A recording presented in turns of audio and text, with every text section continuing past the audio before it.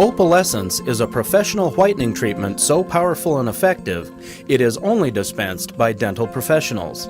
With opalescence, you can give your patients the brighter, whiter smiles they want in a treatment that fits their unique needs. In this video, we'll show you how to fabricate custom whitening trays and how to begin a whitening treatment. The first step is to take an alginate impression of the patient's upper and lower arches. Fabricate the tray by pouring the alginate impression with fast-set plaster or dental stone. To ensure accuracy, pour the impression shortly after taking it. When fabricating the tray, remember to have enough mass to remove the model from the impression without breaking it.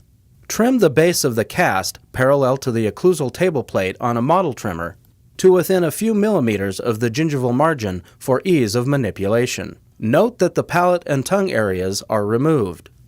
To create reservoir space on the model, apply a layer of Ultradent LC blockout resin, approximately half a millimeter thick, onto the desired labial surfaces. Stay about 1.5 millimeters from the gingival line.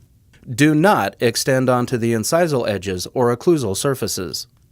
Doing so prevents the margin of the tray from opening upon biting. It can also impinge on soft tissues. With reservoir space in the tray, patients can have a more comfortable whitening experience. Studies have shown that without custom reservoirs, the likelihood of losing bleaching agent is greater, which may account for low bleaching potential. Cure Ultradent LC blockout resin for approximately 10 seconds per tooth with a handheld intraoral light. Wipe off the oxygen-inhibited layer. With a vacuum former, heat the tray material until it sags approximately 1.5 inches. Activate the vacuum and adapt the softened plastic onto the model. Allow the tray material to cool and remove the model.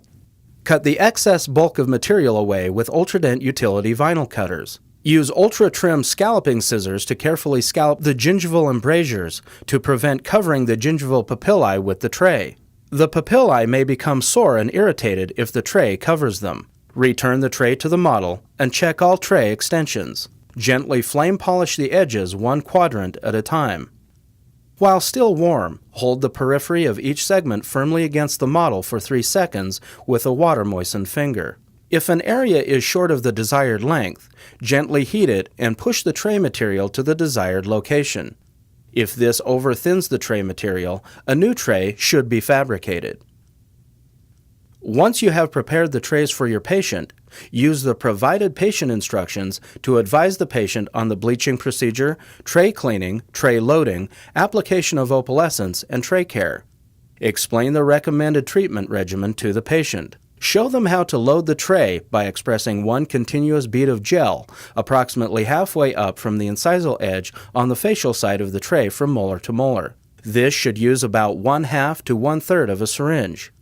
If using opalescence O unit dose bulbs, advise them to twist the cap off, being careful not to squeeze the bulb while twisting, and express the full bulb into one tray. They should use no more than 1 bulb per tray.